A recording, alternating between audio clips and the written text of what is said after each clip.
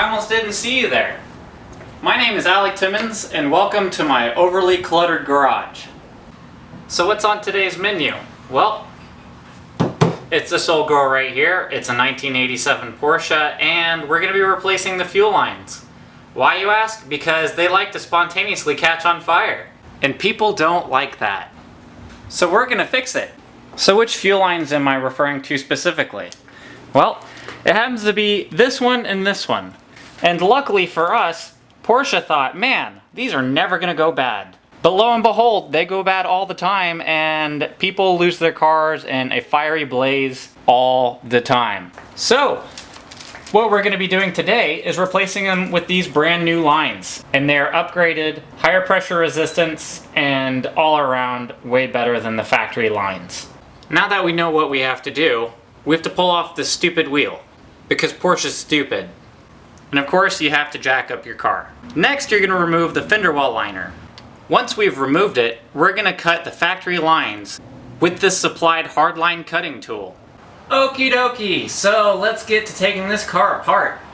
And a side note, if your lift struts don't work on your hood, remember to use a specially designed hammer for keeping your hood up. Okay, now that we have the car lifted, I have to go look up how to remove a tire. I know that it requires at least one glove. Seriously, I'm just kidding. Okay. Cars are like growing children. You have to support them. Be smart. Use jack stands.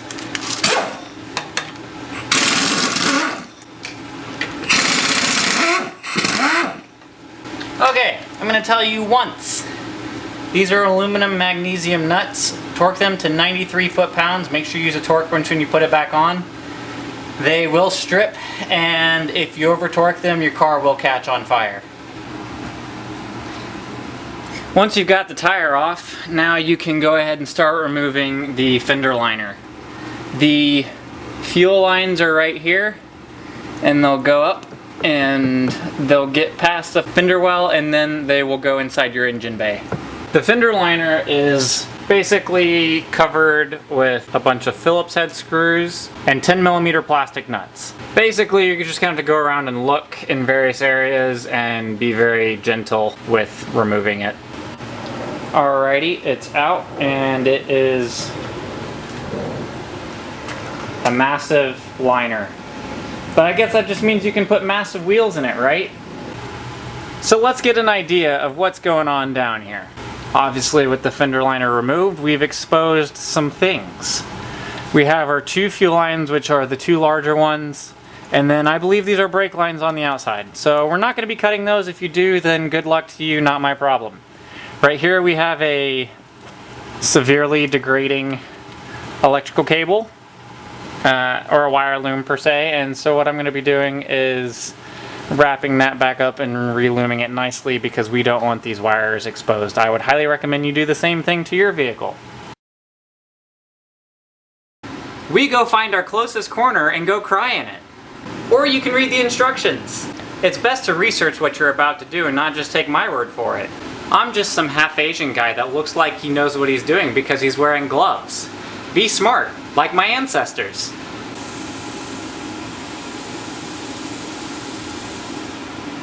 I don't know how to read, so I'm just looking at blurry pictures of these cars with my wife's glasses.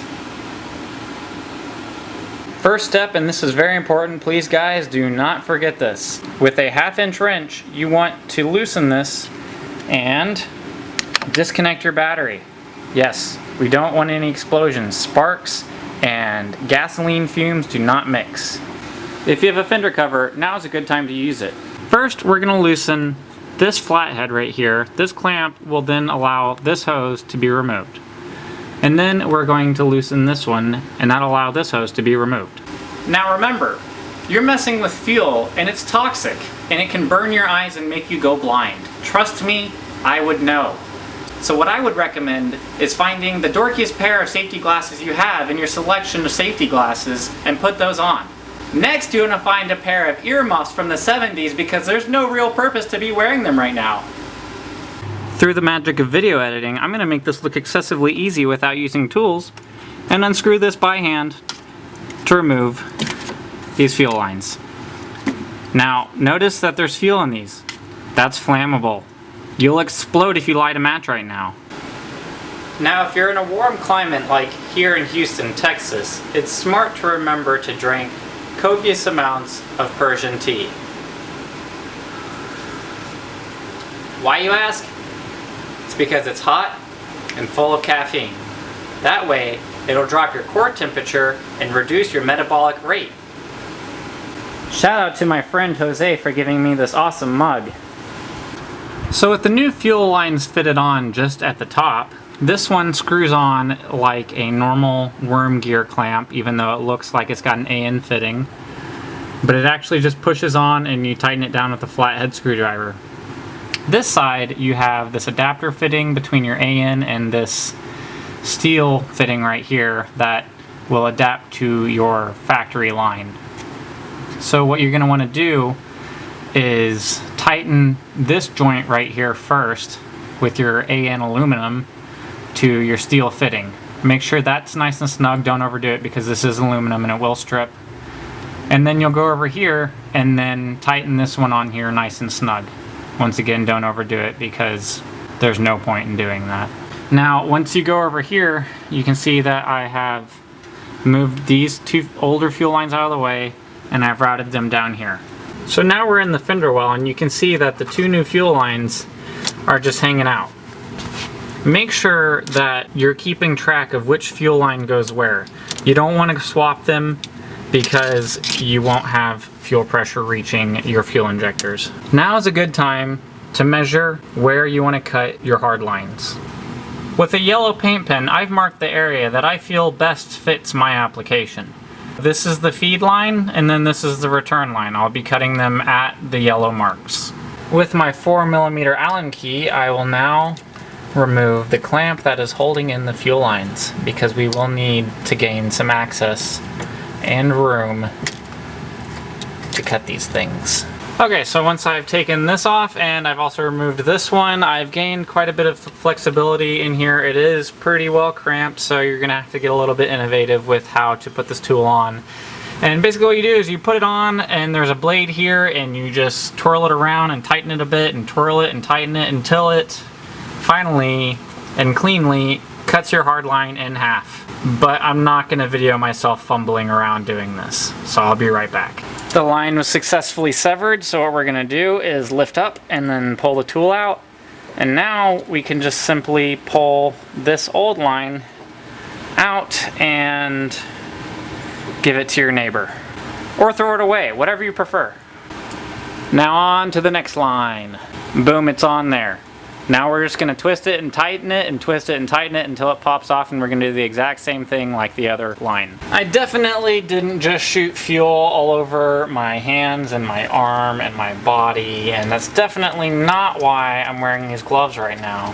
But with that being said, I am happy that I was wearing my earmuffs, or else I could have been dead.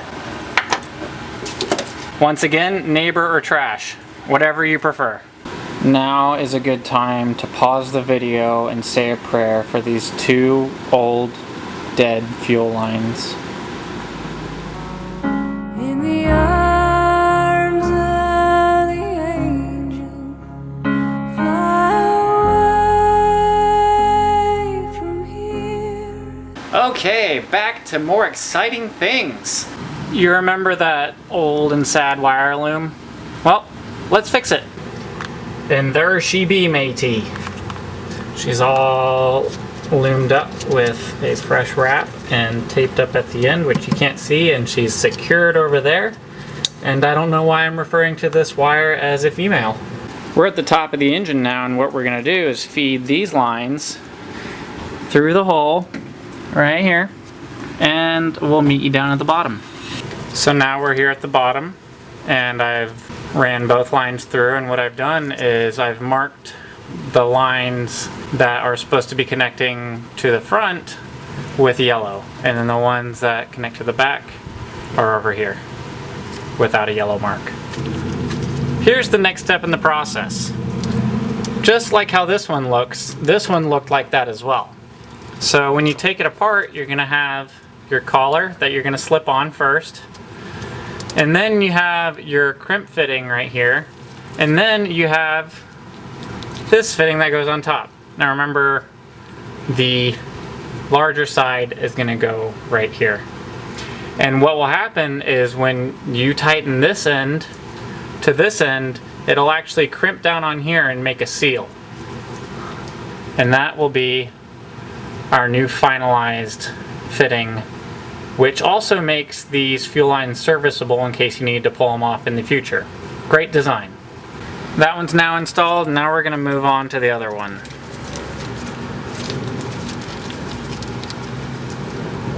Keep in mind that you keep the orientation of this press fitting correct. It's tapered on the top. So, put in our collar, and then right here we have our press fitting with the taper to the top, because it is tapered inside of here too. Put that on there, and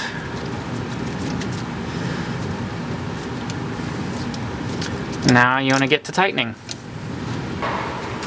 There we have it. I've marked the yellow to the yellow, and also they're different diameters, so it's kind of hard to mess it up, except for, well, actually it is pretty easy to mess it up because I believe these AN fittings are the same size. So make sure you mark which direction goes where. It's pretty easy to remember. The forward-facing line goes to the forward-facing connection up onto the fuel rail, and the rear-facing line goes to the rear side of the fuel rail, so it's pretty hard to mess that up. Anyway, these are aluminum, so don't over tighten them. I don't remember the exact torque specifications. I haven't tightened them yet, so I'm going to get my aluminum AN wrench and tighten them to the correct torque. After everything's said and done and you've tightened everything at the top and you've gotten everything tightened down here, what you want to do is go ahead and fire the car up. Make sure you remember to connect the battery and immediately look for fuel leaks. If you see a fuel leak, shut the car off. In case the car catches on fire or explodes, I totally want to get this on camera.